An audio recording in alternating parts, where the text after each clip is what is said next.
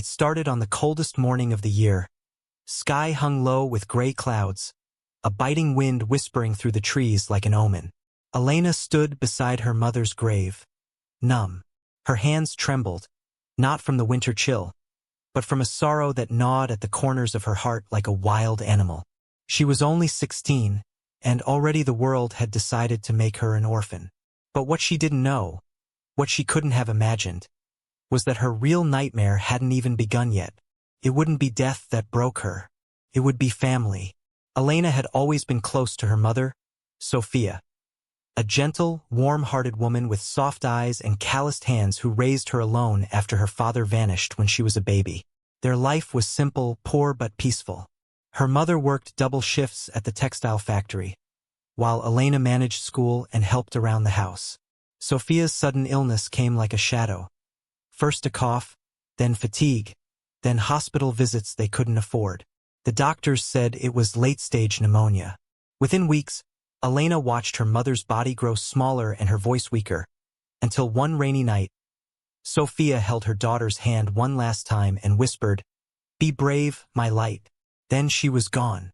The funeral was small, just a few neighbors, 2 factory co-workers, and the people Elena had hoped never to see again.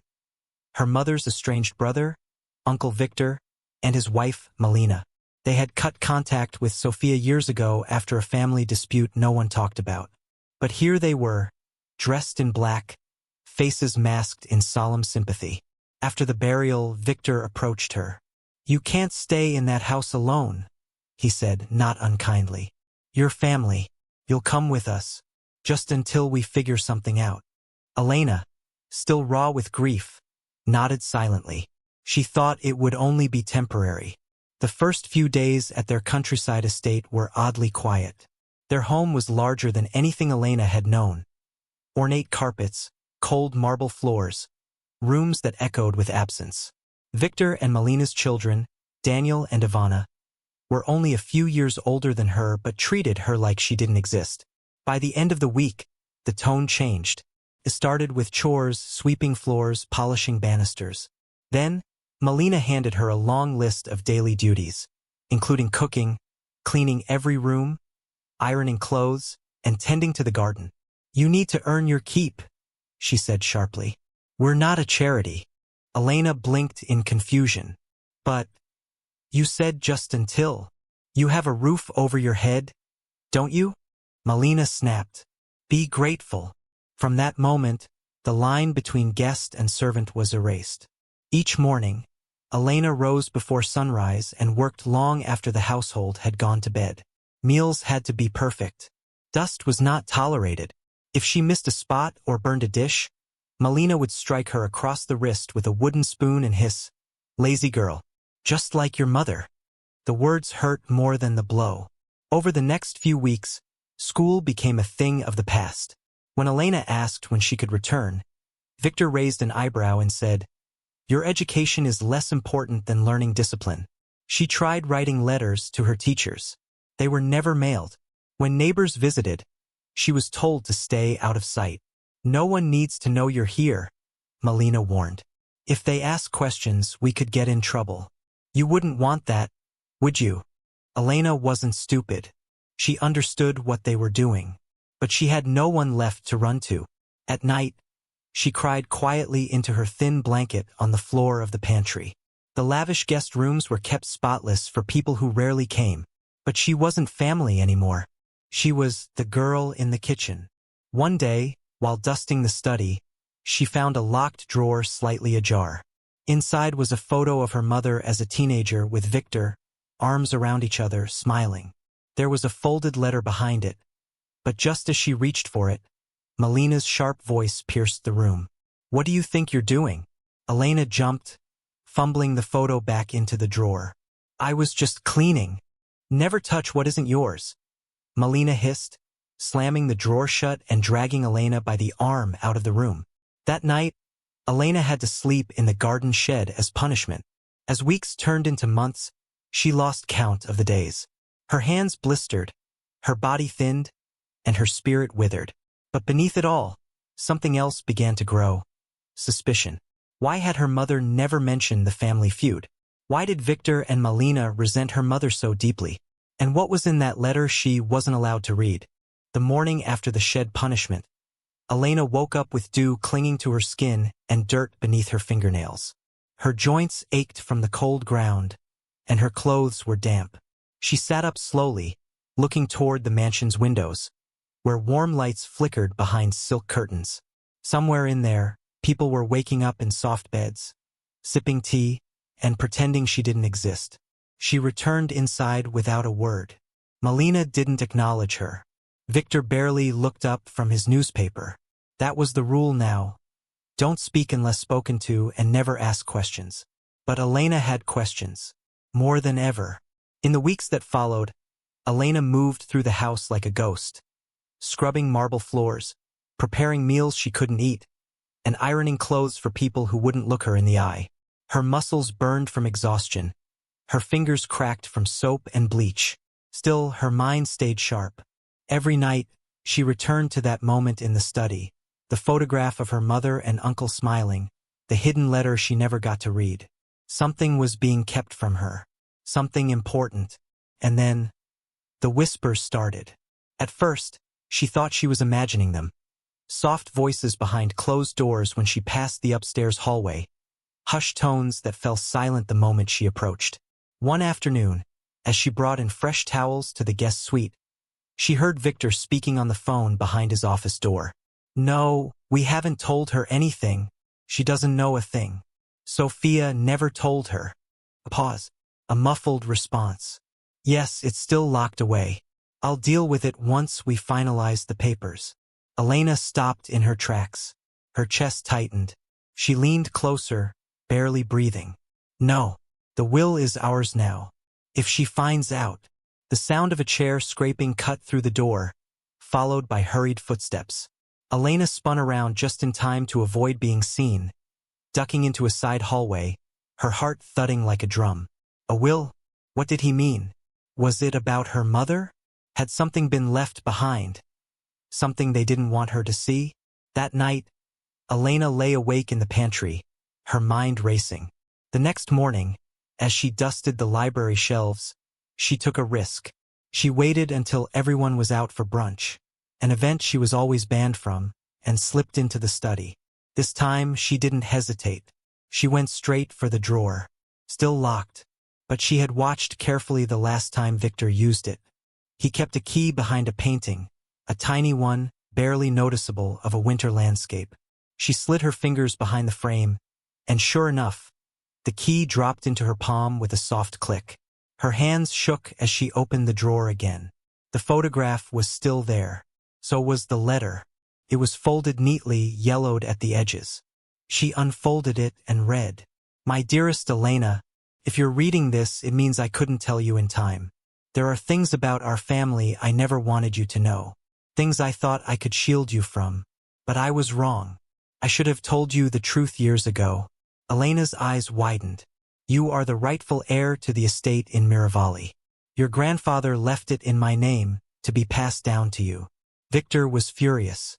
He believed he deserved it. That's why we parted ways. He threatened to ruin me if I didn't sign it over. But I never did. The original will is hidden. Footsteps. Elena's blood ran cold. She shoved the letter into her apron pocket, locked the drawer, and returned the key just as Melina walked into the room. "What are you doing in here?" she snapped. I was just cleaning the shelves," Elena said, wiping her hands on her apron, trying to keep her voice steady. Melina narrowed her eyes. "Don't let me catch you snooping." "I wasn't." A pause. Then Melina leaned in, her voice a cold whisper. "You're not one of us, girl. You never will be." The days grew darker after that. Melina became crueler, more watchful.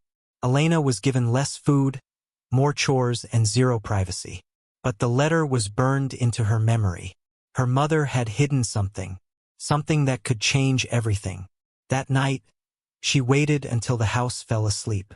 Every creak of the floorboard beneath her feet sounded like thunder, but she made her way to the attic stairs, clutching a flashlight and the torn corner of the letter she had kept hidden under the lining of her shoe. The attic was dusty and cluttered. Boxes, broken furniture, cobwebs curling in the corners like old secrets. She rummaged through old trunks, searching for anything at all. And then she found it. A metal box, locked, with the initials SC engraved on top. She froze. Sofia Calderon, her mother. She tugged at it, but it wouldn't budge. Still, she had found something. A piece of the puzzle.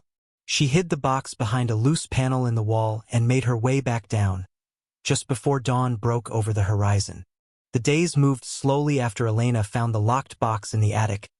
Days spent in silence, pretending nothing had changed, while inside her chest, her heart pounded with purpose. Every time Melina snapped at her or ordered her to scrub the tiles twice over, Elena swallowed her anger. She didn't fight back, not yet. She was biding her time, watching, planning. She had become invisible to them by design. That was their mistake, because now, she would use that invisibility to her advantage. She began to notice things she had overlooked before. At breakfast, Victor always received a letter with a wax seal, official, legal-looking, which he would open in the study and lock in his drawer. Daniel, their son, often left the safe open in the wine cellar after sneaking bottles late at night. And Melina, ever vain, kept her bedroom door unlocked when she took long, scalding baths in the afternoon. It was during one of those baths that Elena took her second risk. She slipped into Melina's room with a damp towel in hand, pretending to deliver laundry. In the drawer beside the vanity, hidden beneath scarves and jewelry, was a ring of small brass keys. Elena took one and made an impression using a bar of soap she had wrapped in cloth. She returned the key exactly as it was and fled before the tub water stopped running. Back in the pantry that night, Elena melted a broken candle and pressed the wax into the soap mold. By morning, she had a rough but usable duplicate key. Her hands shook when she returned to the attic. Dust hung in the air like ghosts as she pulled the metal box from its hiding place and slid the waxy replica into the lock. Click. It opened. Inside were two items. The first was a folded legal document, yellowed with age and marked with her grandfather's signature. It was the original will. It named Sofia Calderon, her mother, as the sole heir to the Miravalli estate. A sprawling property Elena had never heard of but now knew was the source of all the tension, the feud, the betrayal. Under her mother's name, in tidy print, was "For her daughter, Elena," upon her passing. The second item was a handwritten letter, dated 6 years earlier. "My sweet Elena, if you are reading this, then something has gone terribly wrong. I never wanted you to know this pain, this legacy of bitterness. But I refused to give in. Your uncle wanted the land, the money. He said it was wasted on a woman. When I wouldn't sign it over, he turned on me. He made threats. He followed us. That's why we moved, why I changed jobs, why I never told you where you truly came from. Miravalli is yours now. Don't let them take it from you. Find the lawyer. His name is Aldrich Greaves. He kept a copy, hidden in case something happened to me. He lives in Red Willow. Trust no one else. I love you more than words. Mom." Tears blurred Elena's vision as she held the letter to her chest. Her mother had tried so hard to protect her, even in death. She hadn't just been stolen from. She had been hidden away, erased by the people who now forced her to scrub their floors. But now Elena had something powerful. Proof. And a name. That night, after dinner, she approached Ivana in the hallway. "Where's Red Willow?" she asked casually. Ivana wrinkled her nose. "That dump? Why?" "I just heard someone mention it. Thought it was a type of flower." Ivana scoffed. "It's a dead town, barely on the map. No one lives there except old creeps and farmers." Perfect. That weekend, Victor and Melina were invited to a gala. Elena had to stay behind, of course, with strict instructions to mop the entire first floor and feed the dogs before midnight. But the moment the gates shut behind their car, she made her move. Elena took a bag she'd secretly packed over several days. Crackers, water, the letter, and the will, and slipped out through the garden wall, where an old compost shed backed against a stone fence. Years of wear had crumbled the mortar, and Elena had already loosened the bricks. She squeezed through just as night fell. The stars overhead were bright, but the trees loomed darker than ever, and every gust of wind sounded like whispering footsteps behind her. She didn't have a map, but she remembered the road signs she'd glimpsed while riding with Melina during errands. If she could reach the train station 3 miles down the hill, she could find a route to Red Willow. She walked fast, heart thudding, jumping at every rustling bush. Halfway there, a pair of headlights appeared behind her. She froze. A black car was rolling slowly down the road. She dove into the ditch, clutching her bag, holding her breath. The car passed. She couldn't see the driver, but she recognized the make. It was Victor's backup car, the one he never used. They knew. Elena ran. Branches scraped her arms. Thorns snagged her shirt. But she didn't stop until the station's dim lights came into view. She burst through the doors, shaking and breathless. The woman at the counter stared at her. "You okay, sweetheart? I need a ticket to Red Willow," she said, forcing her voice to stay steady. "Please, it's urgent." The woman looked her over. Wild hair, dirt-streaked cheeks, eyes filled with something between terror and fire, and handed her the ticket. "Last one tonight. Be careful. Not many folks go there." "I know," Elena whispered. "That's the point." The train rattled like a dying breath as it rolled into Red Willow just after 1 a.m. Elena stepped off onto the cracked platform beneath a flickering yellow light. The town was even smaller than she'd imagined. One main street, a shuttered general store, and rows of silent houses that leaned like they were whispering to each other. Fog curled low across the streets, blanketing everything in damp silence. Elena wrapped her jacket tighter around her body. She had no phone, no map, and no one to trust. But she had a name, Aldrich Greaves. She found the post office first. Its directory was rusted, but the listings were still legible. Under G, she found it, Greaves, A. 17 Alder Hollow Road. That was enough. She walked. Alder Hollow Road sat on the edge of town, swallowed in pine and silence. The houses here weren't just old, they looked forgotten. Overgrown lawns, boarded windows, and wooden fences turned green from moss. At the very end of the road stood a crooked house with a lantern glowing in one window. No curtains, no mailbox. Elena approached with slow, deliberate steps, her heart pounding like a drum against her ribs. She raised her fist and knocked. A full minute passed. Then the door creaked open, revealing a tall man with graying hair and tired, sunken eyes. He wore a sweater that hung off his thin frame, and his voice, when he finally spoke, was deep and weathered. "Elena!" Her breath caught. "How did you know?" He stared at her, then opened the door wider. "Because you look exactly like your mother." Inside, the house smelled of old books and dried herbs. A fire crackled in the hearth, and papers were strewn across every flat surface. Legal documents, case files, photos, all neatly organized in controlled chaos. Aldrich didn't ask for proof. He poured her tea and sat across from her, folding his hands. "Your mother and I made a pact. If anything happened to her, I was to wait here until you came." Elena placed the letter and the will on the table. "She said you had a copy, that you could help." Aldrich's face darkened. He opened a drawer and pulled out a sealed envelope. "This is the copy your mother entrusted to me. It's valid and legally binding.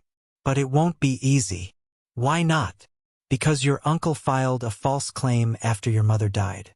He submitted a forged will to the court. No one contested it, because you disappeared." "I didn't disappear," Elena whispered. "They locked me away, made me a maid in my own family's house." Aldrich looked at her for a long time, then slid the envelope toward her. "Then it's time we bring the truth back." The plan was delicate. Aldrich would submit the real will to the probate court in Miravalli quietly through official channels. Elena, as the heir, would need to file a counterclaim with a sworn affidavit. But that meant going public. And once Victor learned she was alive and fighting, he would come for her. She had to prepare for that. Over the next 2 days, Aldrich gave her shelter, helped her clean up, and taught her how to navigate the system her family had tried to bury her under. She learned about property law, inheritance disputes, and the web of lies Victor had spun. He had told the courts she ran away after Sophia's death, that she was unstable, possibly mentally unfit. There were fake medical documents, tampered dates, even witnesses paid to support the lie. They've been preparing to erase you for years, Aldrich said grimly. But we still have something they don't, proof. And your voice. Elena nodded. Then I'll use it. The petition was filed at the end of the week. By Monday morning, the Calderon estate had been alerted. The real will was under review, and Elena's name was officially listed as primary heir in dispute. She expected silence. She got a storm. On Tuesday night, as rain poured outside the attic window, a knock shook Aldrich's front door. Elena's blood went cold. Aldrich peered through the peephole, then turned to her. It's him, Victor. Elena stepped forward, trembling but resolute. Let him in. Aldrich's brow furrowed, but he opened the door. Victor stood in the rain in a pristine coat, water rolling off like it refused to touch him. His smile was sharp as a blade. Well, the runaway found her legs. Elena met his eyes without flinching. You lied. About everything. He stepped into the hallway slowly. Did I? Or did I protect the family name from scandal? Your mother didn't understand how the world works. But I do. And I won't let you ruin it. You already did, she said quietly. Victor's smile faded. Withdraw the petition. Tear it up and I'll give you money. Place to live. Somewhere far from here. You won't have to scrub floors again. Elena stepped closer. You don't understand, do you? I don't want your money. I want my mother's name cleared. I want what's mine. And I want the world to know who you really are. For the first time, something flickered behind Victor's eyes. A shadow of fear. Then he turned to Aldrich. You've made a mistake helping her. No, Aldrich replied. You did years ago. And it's finally catching up. 3 weeks passed. 3 weeks of hearings, paperwork, and testimonies. 3 weeks of Elena sitting before strangers in cold rooms, recounting horrors she had once buried under silence and fear. She told them everything. How her mother had died, how her family took her in only to strip her of freedom, how she was turned into a maid in the very house her mother had once owned. She spoke the truth, and people listened. Aldrich stood beside her through it all. When the media caught wind of the dispute over the Calderon estate, reporters descended like crows, hungry for scandal. But Elena held her ground. Every camera that flashed, every microphone shoved into her face. It all became fuel for the fire that had been growing in her for years. The court had ordered a full audit of the Calderon family's finances and property claims. And it didn't take long before the cracks became too big to hide. Forgery, bribery, falsified documents, a pattern of abuse and manipulation. The house of cards her uncle had built was collapsing. On the final day of the hearing, Elena stood in the courtroom as the judge prepared to deliver the verdict. She barely recognized herself anymore. Gone was the frightened girl scrubbing floors in silence. She stood tall now, with a voice that no one could ignore. The judge's gavel struck once. In accordance with the verified will of the late Sophia Calderon, and upon examination of the fraudulent activities committed by Victor Calderon, the court hereby declares the Calderon estate, including all properties under the Miravalli title, as the rightful inheritance of Elena Calderon. The room fell into stunned silence. Elena felt her legs go weak, but she didn't fall. She didn't cry. She simply closed her eyes and let the moment wash over her. She had won. Not just the case. Her life. Outside the courtroom, reporters swarmed her. One asked, Elena, what would you say to your family now? She turned to the camera, calm and clear. I would say this. I forgive you, but I will never forget what you did. And I will never let you do it to anyone else. The clip went viral within hours. A month later, she stood before the gates of the Calderon mansion. Felt strange to be back. The place still loomed large and cold, but something was different now. She wasn't there to serve anyone. This time she had the key. She pushed open the doors. Ivana, the cousin who used to sneer when handing her mop buckets, stood in the foyer, suitcase in hand. Her face went pale. You're the new owner? Yes, Elena said, stepping inside. And I suggest you leave. Immediately. Ivana opened her mouth to protest but thought better of it. She turned and left without another word. Elena wandered the halls afterward, touching the walls, the door frames, the windows where she used to stare into the dark and wonder if anyone could see her. Now they all had. She transformed the house, not just in furniture and paint, but in purpose. The Calderon estate, once a symbol of power and greed, became the Sophia Foundation, a sanctuary for young women escaping abusive homes or unjust guardianship, a place to heal, to reclaim themselves, just like Elena had. Every hallway now echoed with laughter instead of orders. Every room was lit with warmth instead of fear. The girl who was once a prisoner within these walls had torn them down and rebuilt something better. One afternoon, while cleaning out the old attic for renovation, she found something wedged beneath the floorboards. A small notebook. Her mother's handwriting covered the pages. Letters she'd never mailed, dreams she'd never seen come true. One entry read, "Elena will grow up strong. I can already tell. She asks questions no one else dares to. I hope, when I'm gone, she remembers who she is. I hope they don't take that from her." Elena ran her fingers over the ink, soft like the echo of her mother's voice. "They tried, Mom," she whispered, "but they couldn't." Elena stood on the balcony of her estate one evening, looking out over the hills as the sun dipped below the trees. So much had changed, yet so much still lived in her. The girl who cried behind the pantry door, who read old books under a flickering bulb, who dared to hope when there was no reason to. She hadn't just reclaimed a name or a title. She had reclaimed herself, her voice, her strength, her story, and now it belonged to the world. She was no longer the girl who lost everything. She was the woman who rose from